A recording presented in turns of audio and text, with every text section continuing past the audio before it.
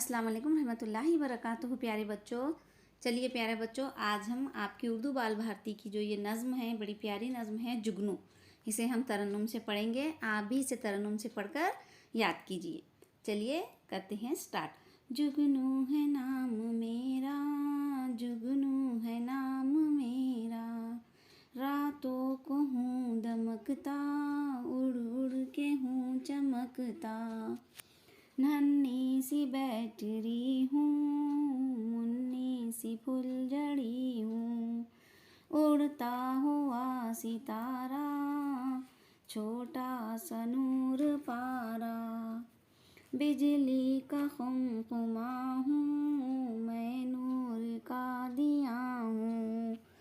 है शुक्र उस खुदा का जिसने मुझे बनाया, जिसने ये ज़िंदगी दी, ठंडी सी रोशनी दी।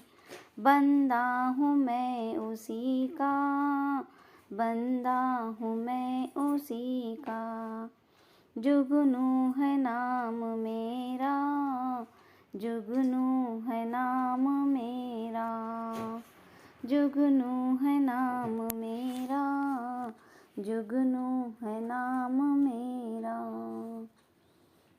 रातों को हूँ दमकता, उड़ उड़ के हूँ चमकता, नन्ही सी बैटरी हूँ, मुन्नी सी फुलझड़ी हूँ, उड़ता हुआ सितारा, छोटा सा नूर पारा, बिजली का खुमखुमा हूँ, मैं नूर का दिया